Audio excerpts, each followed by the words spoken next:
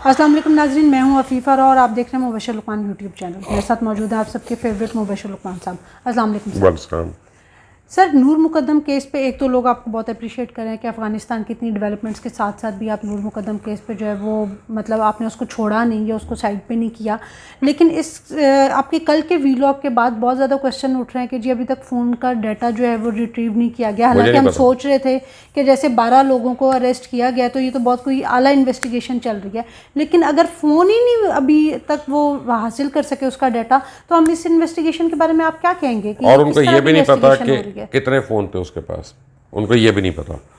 अब आपको बताता हूँ कि मैं अभी तक एज्यूम कर रहा था कि सबसे पहले तो फ़ोन का डेटा होगा उसके पास, उससे उन्होंने उसको पकड़ना है और जो भी करना है।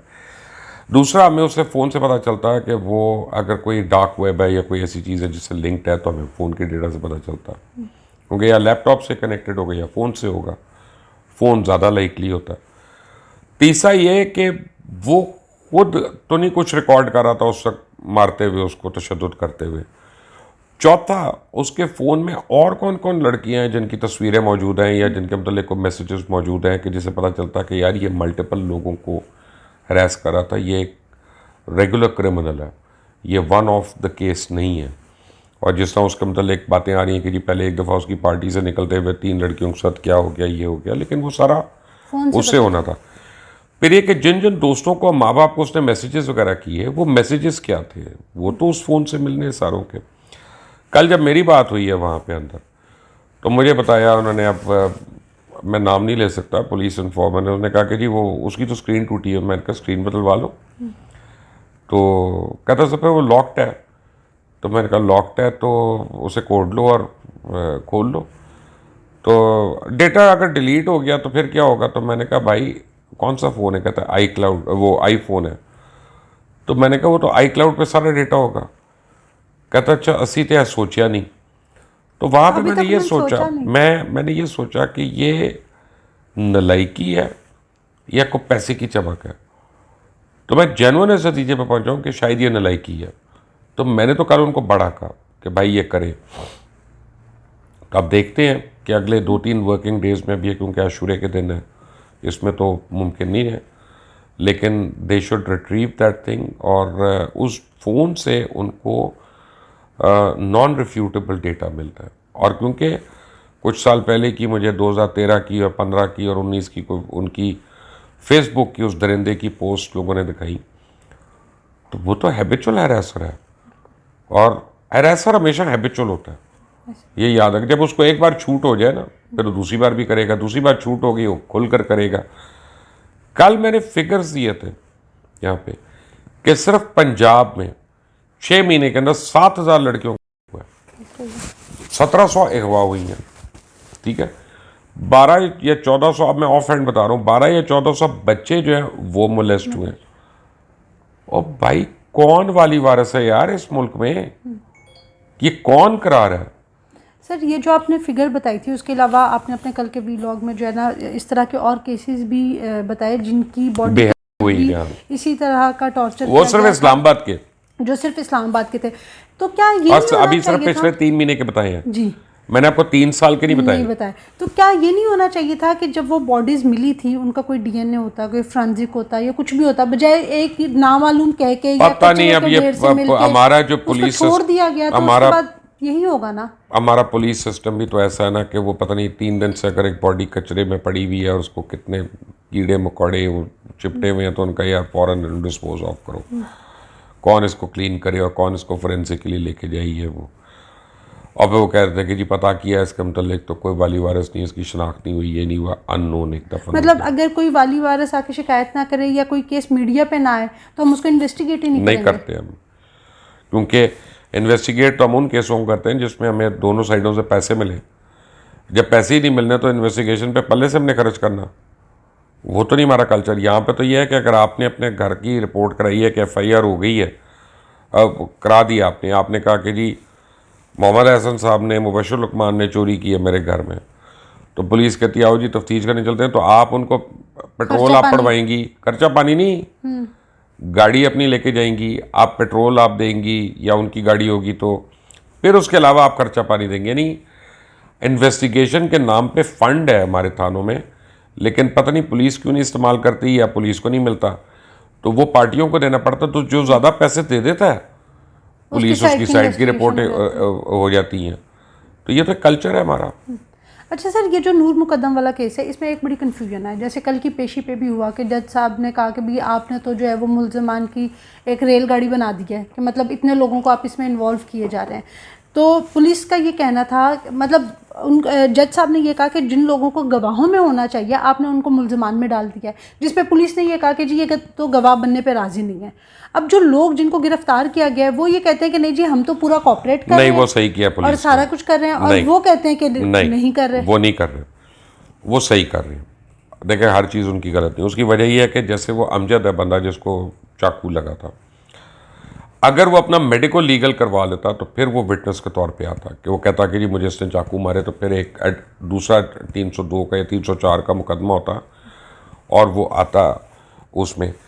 लेकिन अगर उनके कोई भी लोग विटनेस बन जाएंगे तो ये हाई कोर्ट तक जाके ये विटनेस मुकर जाएगा, कहेगा जी पुलिस ने तो मुझसे ज़बरदस्ती बयान दिलवाया, तो मैं तो ये दे ही नहीं रहा था, तो केस ही सारा उलट जाएगा। तो ये तो पुलिस अक्लमंदी कर रही है कि उन लोगों को विटनेस में कन्वर्ट नहीं कर रही, और इसमें तो मैं समझता हूँ कि that's a very sensible thing they doing. अच्छा सर, आपने अपने तकरीबन तमाम वीलॉग्स में जो वो दरिंदा ज़ाहिर है उसके लिए तो आपने बताया कि किस तरह की कड़ी सज़ा होनी चाहिए, लेकिन आप मुझे ये बताएं कि जो थेरेपी वर्क्स वाले थे, जो उनके सीईओ हैं ताहिर मलिक, ऑब्वियसली उनके हुक्म पे जो है वो उनके लोग वहाँ गए और वो बॉडी को ठिकाने लगाने के लिए उनको भेजा गया था, जो कि अब सामने भी आ गया। तो ये ताहिर मलिक जैसे जो लोग हैं जो कि इस तरह की कंपनीज खोल के बैठे हुए हैं, आपके ख्याल मतलब वो एक एज ले रहे हैं कि जी मैं तो 73 साल मुझे आज किसी ने बताया इंसुलिन लगती है, तो उनकी क्या सज़ा होनी चाहिए? आपको मैं बताऊँ, आज मुझे किसी ने बताया, मैं अभी उसकी तहकीक कर रहा हूँ, कि जो थेरेपी वर्क्स के जो एमडी हैं या जो भी सीईओ है, मुझे नहीं पता क्या डेजिग्नेशन है, कुछ साल पहले कराची में इनके ऊपर एक केस हुआ था और सेक्सुअल अब्यूज़ का और बड़ी फहाशी का ये वो, तो उस गवर्नर इशरतुल्लाबाद ने उनको निकलवाया था उसमें से। तो मैं आज कोशिश कर रहा हूँ कि किसी वक्त मेरी इशरतुल्लाबाद साहब से ज़रा रब्ता और उनसे मैं पूरी डिटेल पूछूँ कि भाई उन्होंने क्यों एक ऐसे खबीस आदमी को निकलवाया, या वो केस क्या था, तो वो मुझे तफसील बताइए।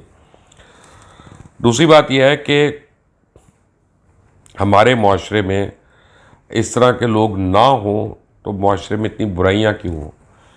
भाई जब हम लोग ज़रा छोटे थे, या आपको तो अजीब सा लगेगा कि मैं भी कभी छोटा था, तो हमारे घर वालों को दूसरे लोग आके रिपोर्ट करते थे कि आपका बेटा जो है ना फलां गली में था, आपका बच्चा जो है ना वहाँ पे, वो पकड़ के मार भी देता था वहाँ पे, खबरदार तू शर्म नहीं आती, तो इधर एक हरकत कर रही है, तेरी माँ बेचारी परेशान होएगी ये वो।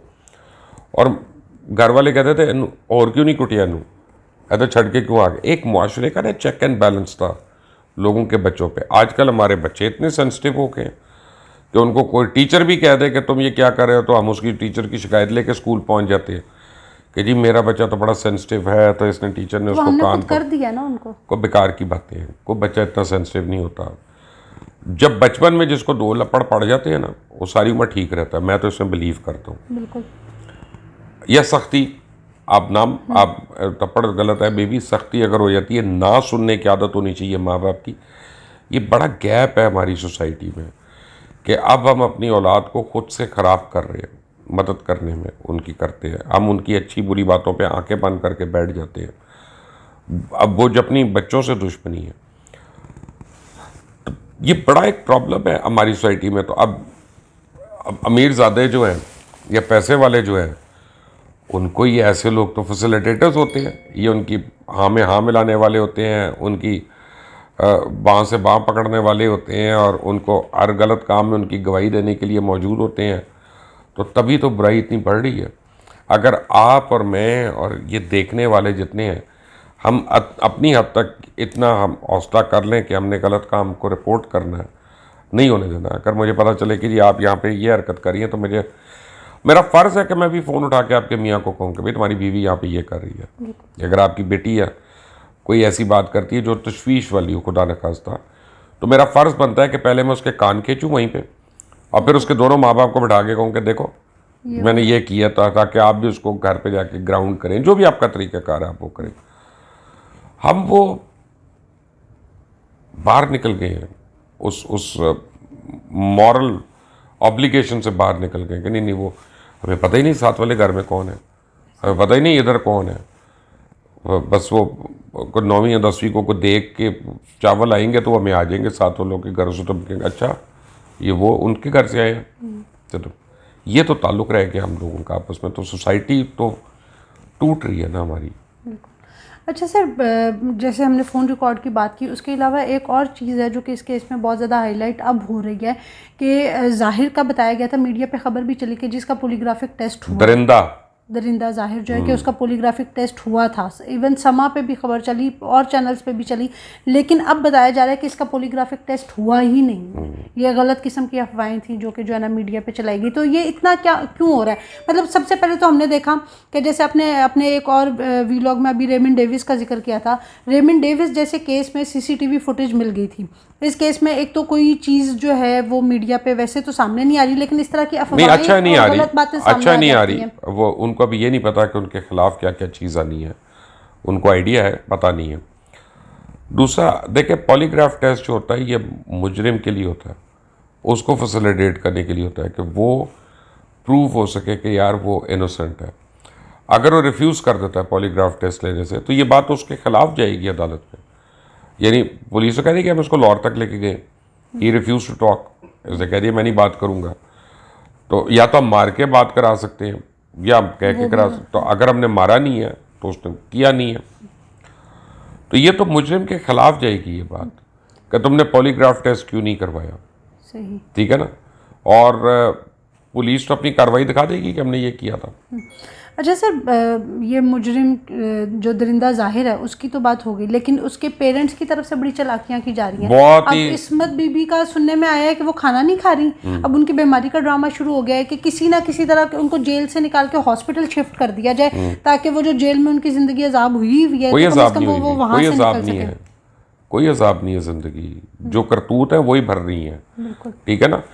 इनको तो बहुत साल पहले जेल में आ जाना चाहिए था, बहुत साल के लिए जेल में होना चाहिए था। पहले तो वो आपकी नकाबपोश सनिया आंटी जो है ना, उनको जेल में होना चाहिए, जिन्होंने वो प्रेस कॉन्फ्रेंस की थी आके। मैं तो उस औरत का पता ढूंढ रहा हूँ ताकि मैं खुद जाऊँ कोर्ट में उसके खिलाफ, कि मैं बताऊँ कि इसने जस्टिस को इसने फॉर्मुलेट करने की कोशिश की, इसने मोड़ने की कोशिश की। ये बहुत पैसे वाले लोग हैं, बहुत वेल कनेक्टेड लोग हैं। आपके और मेरे जैसे इनके पता नहीं कितने कितने मुलाजमीन हैं, तो इनको बड़ा जोम है अपने ऊपर। लेकिन आपको बताऊं कि हमसाए में देख लें, अल्लाह रहम करे वो तालिबान को और अमेरिका को, कि कितना जोम था पूरी दुनिया को। और वो जिनके पैरों में चप्पलियां नहीं ना, उन्होंने उठा के अपना मुल्क ले लिया उनसे वापस। ठीक है ना। जो सट्टा खाने वाले थे, कच्ची रोटी खाने वाले थे, पैरों में जूती नहीं थी, कंबल नहीं था, जैकेट नहीं थी, वो उन्हीं के असला छीन छीन के उनसे वो जंग जीती। ये इनका भी गुरूर इंशाल्लाह जो है ना एक दिन पैरों तले रौंदा जाएगा।